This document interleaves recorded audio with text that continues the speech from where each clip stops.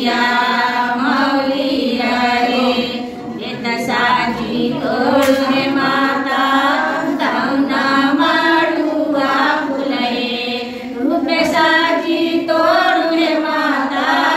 रूप साजी तोड़ हे माता केवला नार मैया पातरी पातरी लाउन के गछिया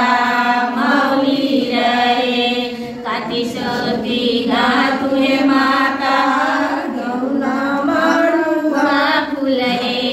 काती साजी तोड़ हे माता काती साजी तोड़ हे माता केवला नार मैया पातरी पातरी लाउन के गछिया मौली रहे बेटा साजी तोड़ हे माता तौना माडुआ फुलहे रूप साजी तोड़ हे माता रूप साजी तोड़ हे माता केवला नार मैया पातरी पातरी लाउन के गछिया मौली रहे काती सोती गातु हे माता तौना माडुआ फुलहे काती सोती गातु हे माता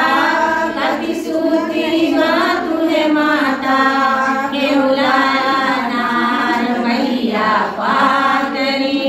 पातरी लाउन के गछिया मौली रहे रेशम सूती गातु हे माता तौना माडुआ फुलहे फूला फूला गोतु हे माता फूला फूला गोतु हे माता केवला नार मैया पातरी पातरी लाउन के गछिया मौली रहे गीता गला सोभे माता तौना माडुआ फुलहे गीता गला सोभे माता गीता गला सोभे माता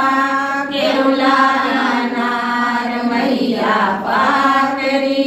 पातरी लाउन के गछिया मौली रहे दुर्गे गला सोभे माता